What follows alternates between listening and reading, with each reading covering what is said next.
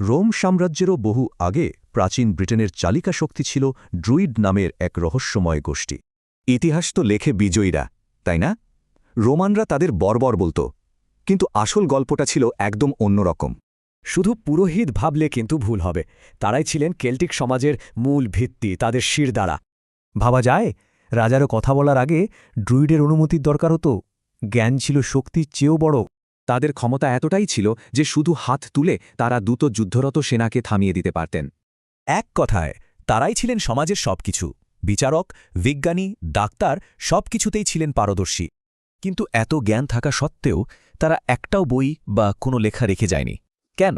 কারণ তাদের বিশ্বাস ছিল লেখালেখি মানুষের স্মৃতির শক্তিকে পঙ্গু করে দেয়। আসল জ্ঞান তো থাকে মানুষের মনে। আর সেই জ্ঞান অর্জন করতে একজন ড্রুইডের শিক্ষানবিশি চলত প্রায় ২০ বছর ধরে।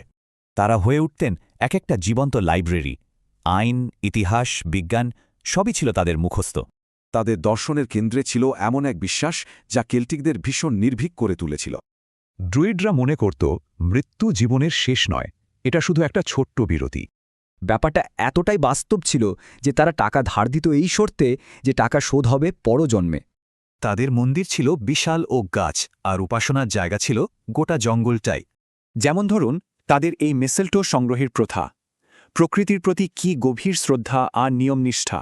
শতাব্দীর পর শতাব্দী ধরে তারা তাদের কুয়াশাচ্ছন্ন দ্বীপে এক মহাজাগতিক ভারসাম্য রক্ষা করে চলেছিল। কিন্তু শুধু দর্শন দিয়ে তো আর লোহার বাহিনীকে আটকানো যায় না, তাই না? একদিকে ছিল ওক গাছের জ্ঞান, অন্যদিকে রোমান ইগলের সাম্রাজ্যবাদ। দুটো সম্পূর্ণ ভিন্ন জগৎ।